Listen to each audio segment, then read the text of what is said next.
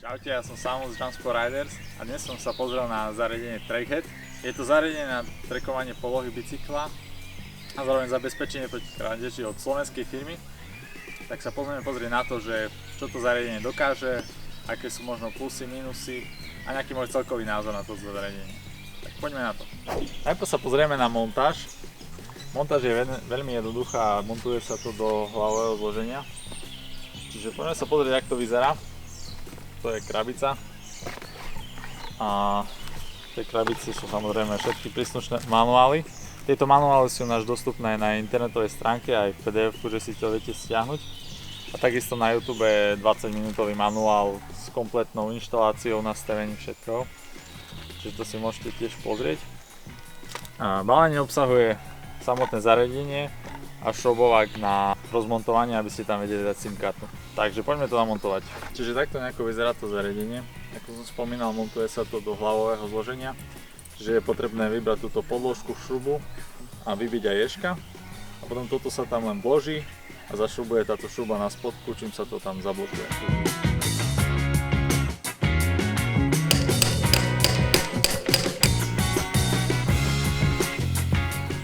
Čiže ježka už máme von. Môžeme to tam teda namontovať.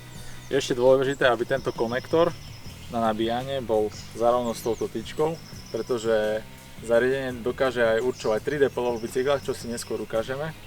A musí byť takto namontovaný, aby to ukazoval správne.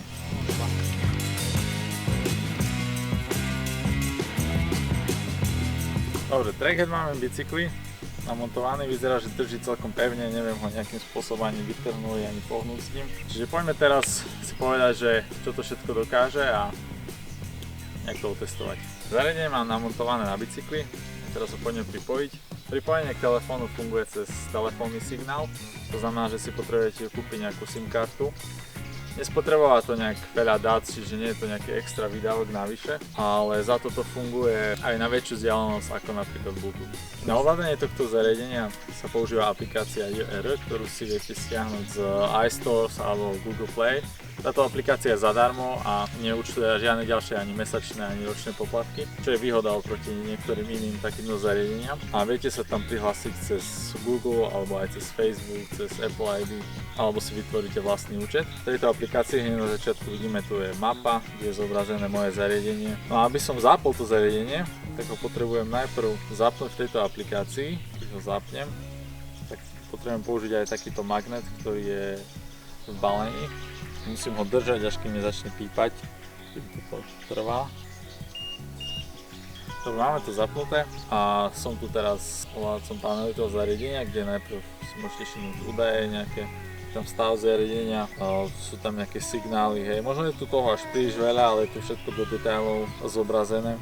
Zároveň si tu viete nastaviť zariadenie, nastaviť si notifikácie a nastaviť si takisto módy, či to je tracking, energy save, optimum long life.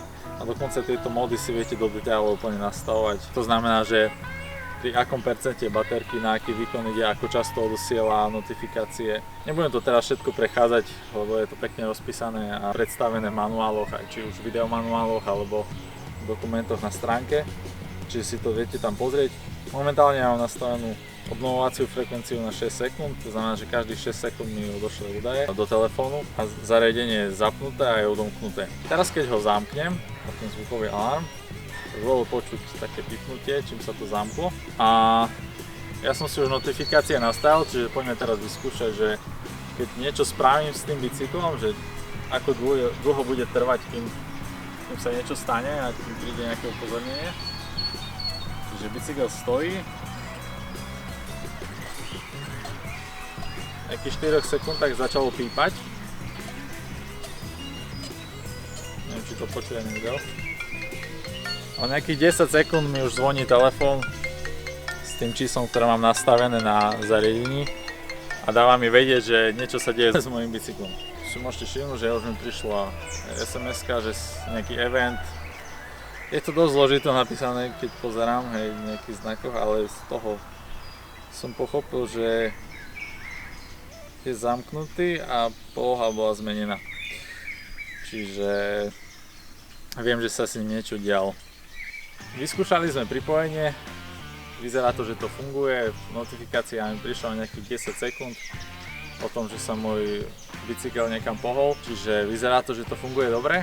A poďme si vyskúšať ešte, ako funguje trackovanie, že či si viem nejak to využívať aj to zariadenie treba na trackovanie svojich jazd, ako presne to bude merať. A tiež potom ešte vyskúšame, či ten bicykel dokážem nájsť, keď mi ho niekto zoberie. Čiže poďme na to. Dobre, poďme na prvý test. Prejdem nejakú vzdialenosť, budem to trackovať na hodinkách, aj na telefóne, na aplikácii Strava, aby som to vedel nejak potom porovnať, že ako funguje trackovanie aktivity pri tomto trackeri a že či to je použiteľné trebárs aj miesto hodiniek, miesto mobilu. Poďme na to.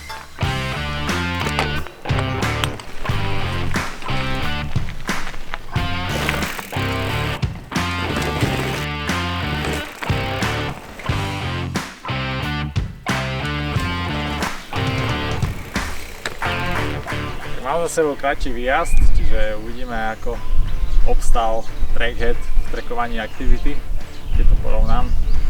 Žiaľ, stiahnuť to viem iba na počítači GPX súbor, na počítačovej aplikácii, tak k tomu sa dostanem trošku neskôr, ale poďme teraz zinscenovať krádež. Upozornenie na krádež sme už skúšali, do nejakých 10 sekúnd mi prišlo upozornenie, aj mi zvonil telefón, že niečo sa deje s mojím bicyklom. Ale teraz si predstavím situáciu, kedy by sa mi nepodarilo ho ísť zachrániť a niekto mi ho zobral. Čiže teraz môj odborný asistent naloží bike do auta, odvezie ho niekam náhodne, nepoviem mi kam, a ja ho skúsim vystopovať. Či sa mi to podarí pomocou tej aplikácie a pomocou toho zariadenia.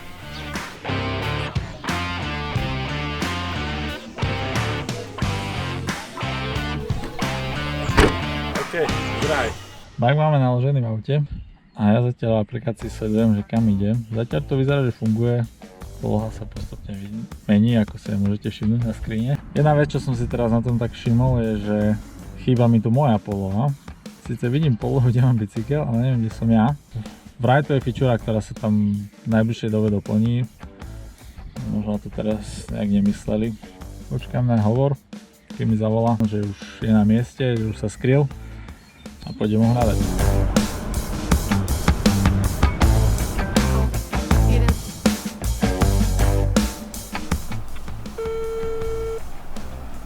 No čo, už si ten skryl?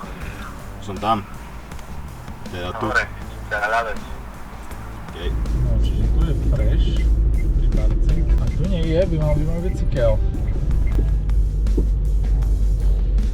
Je tam, keď už vidím povedomé auto.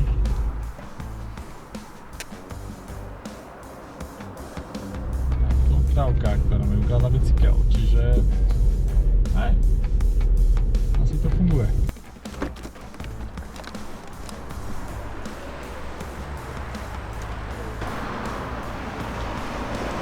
Tu si ty zlodej, myslíš karedy. Bicykel sa nám podarilo nájsť, to znamená, že funkcia stopovania funguje, polohu to ukazoval správne, nemal som problém to nejako trafiť a nájsť ho. Čiže môžeme považovať test za úspešný. A teraz sa presunieme ešte k počítaču, kde si zanalýzujem nejaké natrekované dáta, že ako presne to meralo vzdialenosti a povieme si tam nejaké výhody, nevýhody, čo ja som možno na tom videl. Takže poďme k počítaču. Sme tu pri počítači a chcem si stiahnuť svoje dáta a na webovú aplikáciu sa dostanem cez web stránku a znova sa prihlásim. Čiže tu som znova v tej aplikácii. A tu máme polohu svojho bicykla. No a aby ste exportovali dáta, musíte sa dostať do časových dát zariadenia a vybrať si nejaký časový úsek, dať to tlačítko na refresh a tu si potom viem stiahnuť GPX súbor, ktorý teraz sa pokúsim dať na Stravu.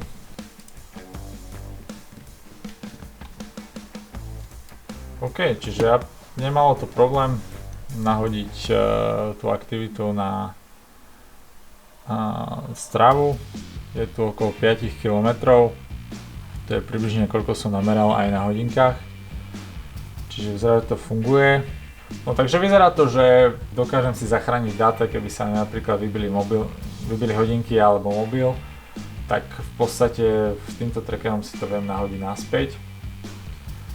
Takže vyzerá, že to trackovanie funguje celkom schopne. Ďalšia taká vychytávka, čo som skôr zabudol spomenúť, je 3D model vášho bicykla, ktoré dokáže určiť 3D polohe, že keď ja ho teraz nejako nakloním, tak aj na tomto displeji mi ukáže, že si to viete normálne pozrieť, že keď sa niekde opriete alebo čo, chcete vedieť, či vám náhodou nespadol alebo čo, alebo v akej polohe momentálne, či mi to preváža v aute alebo čo. Tak takto si viete pozrieť aj, že v akej polohe. Celkom dobre to funguje. Testovanie máme za sebou, tak by som tu teraz zhrnul nejaké moje postrehy a nejaké moje pocity ohľadom tohto zariadenia.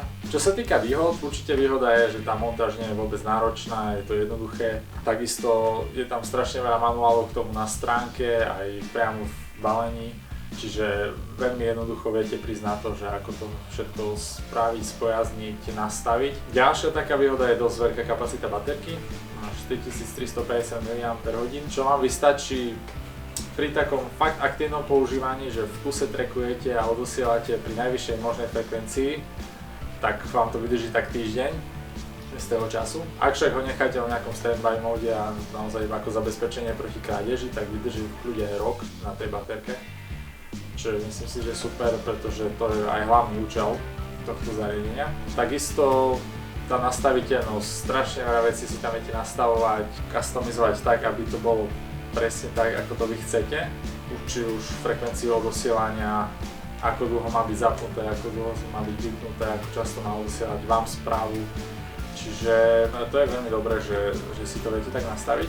Ďalšou výhodou je aj rýchlosť notifikácie. Do 10 sekúnd už som vedel, že sa niečo deje s mojím bicyklom a vedel som rýchlo reagovať. Ďalšiemu takému plusu patrí to, že aplikácia je úplne zdarma, čo je trochu aj konkurenčná výhoda, pretože niektoré takéto zariadenia si musíte platiť mesačne, nejaký paušál za aplikáciu alebo ročne. V tomto prípade si zaplatíte za zariadenie, je to možno trošku viac, ale za to máte aplikáciu zdarma na celý život. Čiže nemusíte k tomu mať ďalšie poplatky ešte. Tiež ponúka niektoré veci, čo iné konkurenčné produkty zatiaľ nemajú, ako napríklad tá 3D poloha, že si viete pozrieť, že aké poloha vlastne je bicykel a viete aj to tu sledovať. Čiže toto boli nejaké výhody, čo na tom ja vidím. Čo sa týka možno nejakých nevýhod, tak sem tam sa tam nájde aj nejaká chybička a hlavne je to dosť zložité, keď chcem niečo nájsť. Niektoré veci mi dlho trvali, napríklad tú 3D polohu, vedel som, že tam je a chvíľu mi to trvalo, kým som to našiel, ale to je, ako hovorím, je to pomerne nový produkt. Už teraz majú pripravené veľmi zaujímavé featurey, o ktorých môžem povedať, že pre mňa sú fakt zaujímavé. Čiže toľko. Toto bolo zariadenie Trackhead a ak máte záujem, tak určite v popise videa nájdete oveľa viac informácií, kde si to môžete kúpiť a čo to stojí. Majte sa.